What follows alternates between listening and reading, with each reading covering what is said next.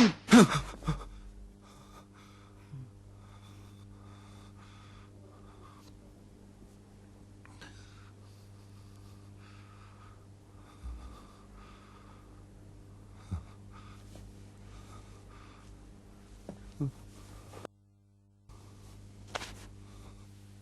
پریشان ہو؟ بات کرو، ہلکے ہو جاؤ. پریشان کیوں ہو؟ ہم دونوں ایک ہی مرثیے کے بیت ہیں. کیا شاعرانہ انداز ہے. عاشق اپنے جنون تک پہنچ جائے جب عاشق کہلاتا ہے، مگر تمہاری پریشانی کی دلیل تو فراق یار ہے. تمہاری پریشانی کی دلیل قبول.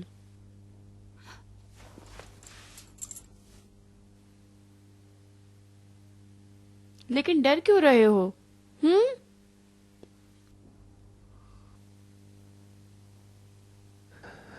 میں نے خواب دیکھا کہ ایک سفید بلی میرے سیاہ گھوڑے کو کھا گئی. کئی ماہ کی تنہائی کے بعد روحوں کی ملکہ کے شہر کے مہمان ہوئے ہو. ایسا دیوانہ مرد جس کے پاس 2 آتشی آنکھوں کے سوا کچھ نہیں. بتاؤ ہم شہری، کتنے لوگوں کی گردنیں اڑائیں، کتنے لوگوں کا مال لوٹا؟ بتاؤ، بہت دن ہوئے کچھ نہیں سنا. یقین کیوں نہیں کرتی ہو قطام؟ کیسے یقین کروں؟ ثابت کرو. سن رہی ہو؟ یہ میرے دل کی آواز ہے. حلوہ کھا، بری آواز سے کتے. موت کی ماں کے ہاتھ کا بنا ہوا. کیا چاہتی ہو مجھ سے قطام؟ اپنے عمر کے قاتل کی تلاش میں ہوں.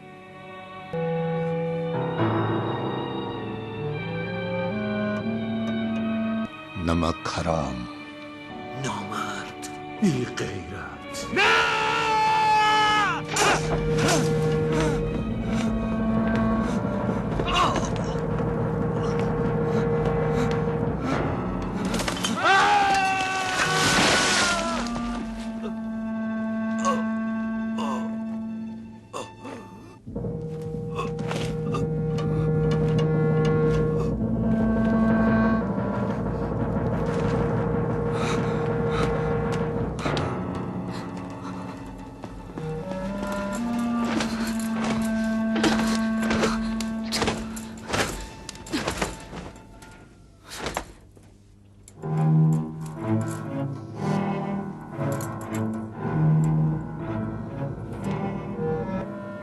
تجھے تڑپا تڑپا کر ماروں گی وردان.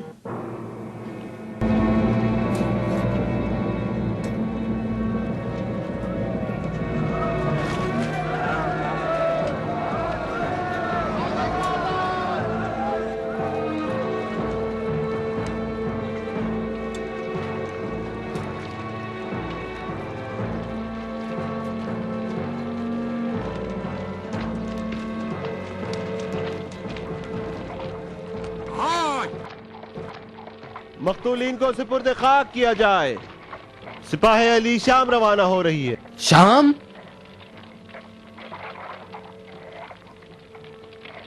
علی جگر زلیخا کو شام لے جا رہے ہیں؟ یہ غم رسیدہ لشکر جنگ کی ہمت کھو بیٹھا ہے. تم نے ادے اپنے بیٹے کی لاش ڈھونڈ لی؟ کیا اس کا غم بھول گئے؟ بیٹے کی موت علی کی محبت کو کم نہیں کر سکتی اشس. میں علی پر ایمان رکھتا ہوں، کسی بھی حالت میں ان کو نہیں چھوڑوں گا. عجب، خدا سے پنہا نہیں تم سے کیوں چھپاؤں. میں ابھی شام جانے کے لیے تیار نہیں ہوں. وہ کیوں؟ تھکان اتاروں گا. اس کا مطلب امیہ کی اولاد کے مسلسل خطوط اپنا کام کر گئے. ممکن ہے بندہ خدا. علی اپنی ان باتوں سے لشکر کو بھگا رہے ہیں. خوارج جاہل اور بے بصیرت لوگ تھے. انہوں نے امام علی علیہ السلام کے کفر کا فتویٰ دیا، بلکہ وہ اکثر مسلمانوں کو محدور الدم اور فاسق شمار کرتے تھے. لہٰذا مسلمانوں کے مال و منال کی لوٹ مار اور ان کے قتل کو جائز سمجھتے تھے۔ امام علیہ السلام نے بادل ناخواستہ ان سے جنگ کی اور فرمایا، میں نے فتنے کی آنکھ پھوڑ دی ہے اور یہ کام میرے علاوہ کسی کے بس کی بات نہیں تھا۔ سلونی سلونی قبل ان تفقدونی، مجھ سے پوچھ لو اس سے پہلے کہ میں تمہارے درمیان سے چلا جاؤں۔ میرے نزدیک سب سے زیادہ خطرناک فتنہ آل امیہ کا فتنہ ہے۔ خدا کی قسم میرے بعد آل امیہ کو بدترین حکمران پاؤ گے۔ یہ تمہارے اوپر ایسی بلا نازل ہوگی جس کا چہرہ بدنما اور خطرناک ہوگا، اور عصر جاہلیت جیسی ظلمت پلٹنے لگے گی۔ ایسے میں قریش کا حال یہ ہوگا کہ وہ دنیا و ما فیہا جس کا کچھ حصہ مجھے دینے پر حاضر نہیں، میرے جانے کے بدلے دینے پر تیار ہو جائیں گے۔ راستہ بدل لیا ہے اشعث۔ کہاں؟ کوفہ۔ پھر شام کا کیا ہوگا؟ کس حوصلے اور توانائی کے ساتھ؟ اندھا اپنی لاٹھی بار بار گم نہیں کرتا۔ اس دفعہ پسر نابغہ نے کس چیز کو نیزے پر اٹھایا؟ تمہاری زبان بھی شمشیر کی طرح تیز ہے اشتر۔ ہزاروں دلیلوں کی بنیاد پر بھی لشکر شام نہیں جا سکتا۔ میں ایک ہی دلیل پر قانع ہو جاؤں گا۔ ہم نے نہروان میں کوفے کو عزادار بنا دیا۔ ہمارے گھر والے کوفے میں محفوظ نہیں ہیں۔ ابھی نہروان کا پسینہ خشک نہیں ہوا اور شام چلے جائے۔ علی کو کچھ مدت صبر کرنا ہوگا تاکہ نہروان کا زخم بھر جائے۔ کاش تم بھی نہروانیوں کے لشکر میں ہوتے اشعث۔